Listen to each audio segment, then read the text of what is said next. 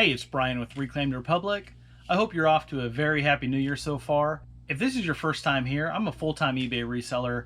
I sell everything from toys, tools, clothes, pots, pans, and just about anything in between.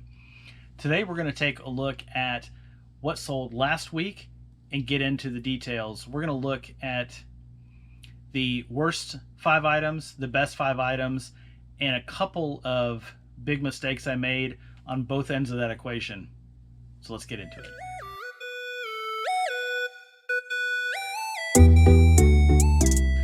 All right, so last week I had total sales of $663.57, and after the shipping, platform fees, ad fees, cost of goods, everything all in, a pre-tax profit of $285.29, or a 43% profit margin. The profit margin is lower than I'm used to for the past several weeks because I had a handful of personal items that I sold in there. 6 of the 28 items sold, and whenever I do that, I make it to where there's no profit on the sale, so I'm not paying tax for something that I'm selling at less than I paid for it originally. So that's just something I do. I'm not a tax expert, so don't take that as advice. A couple more tidbits about this week's sales. So of the 28 sales, 10 of them were from garage sales where I sourced them. That was my highest sourcing place or category. 21 of the 28, or 75% of the items, were on promoted listings, and 11 of the 28, or 39%, were on offers that I sent out to prospective buyers. So it just tells you how critical that is to my business, is promoting items, sending offers, interacting with the customers. Especially this past week, I didn't actually list a single new item. Everything I did last week, I had some home projects going on, and I went on a small vacation. I was ending my listings and selling similar on old listings, and it was keeping my store going, keeping interest up, and it seemed to work out. So let's dive into the worst items. Right off the bat, number 5 is this Canon EOS 650. This is a 35mm camera. I picked it up at a garage sale with a big Vivitar lens in a camera bag for 10 bucks. So I assigned it a cost of $5. I sold the lens for $55 a few months ago, but $5 cost, sold it for $11.60 on an offer for a pre-tax profit of $4.23, or a 36% profit margin. Next up, we've got this little Evans tape measure. I bought this at an estate sale for 50 cents. Originally, I was buying it for personal use, decided to sell it. Sold it on an offer for $5.30 for a pre-tax profit of $2.78, or 52%. Good profit margin, not great profit dollars from a picking, packing, storing, fees, pictures, everything all in. Probably actually broke even or lost money once you factor all that stuff in there. The third worst sale of the week is this Passion of the Christ DVD. Got this for free from a friend at church. Gave me a bunch of DVDs, and I've got them bundled and some singles. But got it out the door for $7.89, free shipping, for a pre-tax profit of $1.81, or 23%. It's not something I'd pick up again if I was comping it at a garage sale or estate sale or thrift store, but it came in free and it was super fast. I hit a sell similar. I took 4 pictures and I had the whole thing listed in probably about a minute and a half.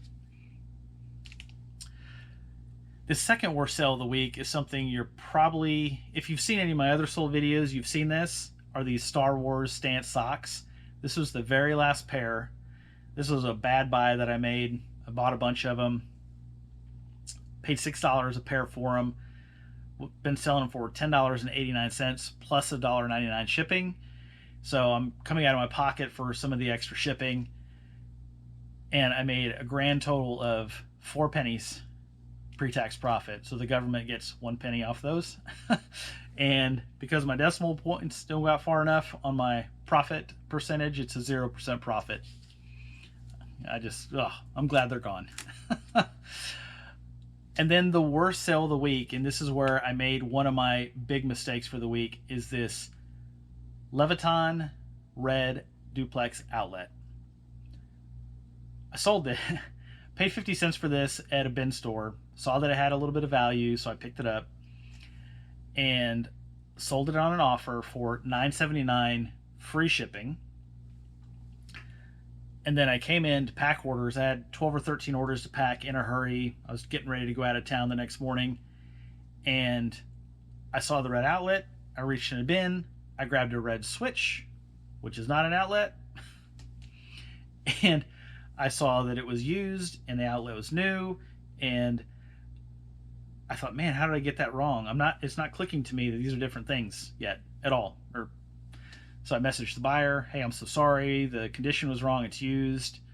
I can give you a $3 discount if you want it, or you can cancel your order. He said, I still want it, thanks for the discount.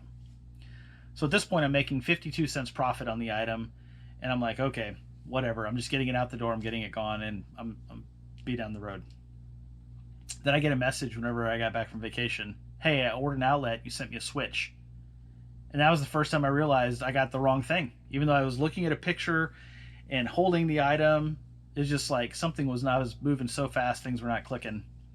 So I got the outlet, shipped it to him this morning, had to pay for another shipping label. I told him to keep the switch. I don't want to spend any more money moving stuff around, and ended up losing $3.95 on the whole thing, which doesn't hurt my business at all.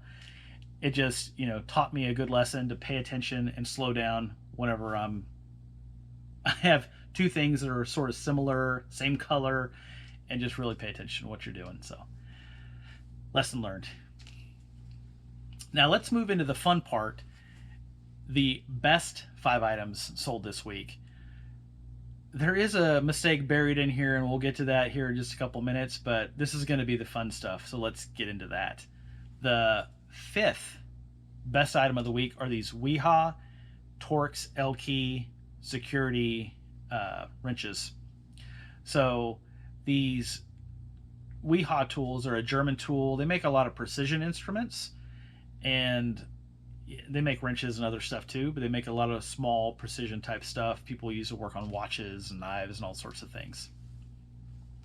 Saw these at a garage sale. Gentleman had a lot of precision tools, so picked these up for $5 and got them out the door for $24.89 plus shipping for a $15.97 pre-tax profit, or 64% profit margin. Those are the profit margins as a reseller you're typically looking for. You want to get into the high 50s, 60s, 70s to really make the effort worth it. Next up, the 4th best sale of the week are these Muck Arctic Pro boots. They were in great condition, great tread, just a little bit of dirt on them. Got them all cleaned up. Picked them up for $25 at a garage sale. They were asking $50. I said, would you take $25? And luckily it was Saturday afternoon and they were about winding down, so I went ahead and sold them to me. Got those out the door for $69.89 plus shipping. Now the profit, the pre-tax profit, was only $21.19, or 30%. And here's my second biggest mistake of the week. When I was listing these and I got down to the promote your listing, I promoted it and I skipped right past hitting custom ad rate, 2%, 3%, 5%, whatever I wanted to pick.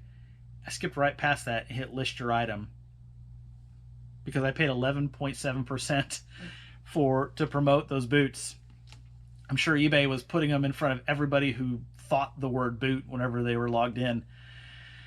But they went out in about a week and a half, and as soon as I saw that, I realized what I had done. And because I've caught myself a couple times skipping it, and because I do everything on my phone and it's easy to scroll past it, but caught myself and went back and fixed it. This one I totally missed it, and it's a lesson learned. Still made $21. I'm happy as a clam, and got them out the door. Somebody's getting some nice boots. Let's look at the 3rd best sale of the week. Is this Le Creuset number 18 saucepan. This is the second one of these I've sold in about 3 weeks. Picked it up in a lot, Tupperware big or Rubbermaid bin full of Le Creuset. Picked this up for $2 for the pan and the lid, sold it for $41.30 on an offer for a $31.30 pre-tax profit, or a 76% profit margin. So buying good name brands like Le Creuset, this is vintage Le Creuset with the ironwood handles. It does pretty well if you can get it at the right price. That's the key, is getting it at the right price when you're buying it, when you're acquiring it. Then looking at number 2. So this item was a lot of fun. I was at an estate sale that looked like a garage sale because the way it was set up, all up and down the driveway and the tables and a little bit in the garage. But it was a mother and daughter who were running it for a friend of theirs whose husband had passed away. He had worked at Kerr-McGee, and so there's random Kerr-McGee stuff, but there was a bunch of little small stuff. You'll see the picture here in a Ziploc bag for 50 cents. For 50 cents, I'll just buy it and dig through it and find something cool. And so all the stuff you see here was in the bag, and there was also a tie tack in the bag. And I happened to look at the tie tack whenever I got home. My wife and I were digging through stuff, and I saw a K and a 4. That's all I saw on the back, and I took it to a coin shop. They tested it. Turned out to be 14 karat gold, and sold that tie tack for $108 on the spot for the value of the gold, which was just completely blew my mind. I got back and looked at the rest of the stuff and saw that some of it had sold by itself on eBay. So I just put it together as a lot, sold it for $39.89 plus shipping, made $33.81 pre-tax profit for an 85% profit margin. So that was an outlier, an anomaly. It's not something you're going to find at every estate sale, garage sale, thrift store, or anything like that. But when you find them, it's super cool. So I was happy to get that out the door. And then the best sale of the week is this vintage 60s Barbie and Midge doll collection with the doll case. And then a bunch of other random dolls. Some of the plastic dolls that have the eyes that move whenever you lay them down or stand them up, and some other small dolls. I don't know what they were. But had a hard time comping these because there's so many different types of lots people have sold on eBay. But I bought them at a garage sale for $20 from a lady, and got home, cleaned them up with a vinegar and water cleaning solution that I use, and just did the best I could. I just looked around and I was like, I'm going to price them at $109.89 and just see what happens. I got a lot of watchers, a lot of views, and really no action. And then this past week, it was on Sunday, somebody bought them for $109.89 plus shipping. I made sure to point out that they do have a very vintage smell, being 60 some years old and maybe stored in a barn or under a bed or something. They definitely smelled vintage for sure. But yeah, I was happy to get those out the door. That's really it for this week. It's short and sweet. If you have any questions or comments, please leave those down below. If you like this kind of content, I'm going to link some other videos down below as well, just showcasing some of the other items that have sold. And we'll do one of these again next week. Have a great day.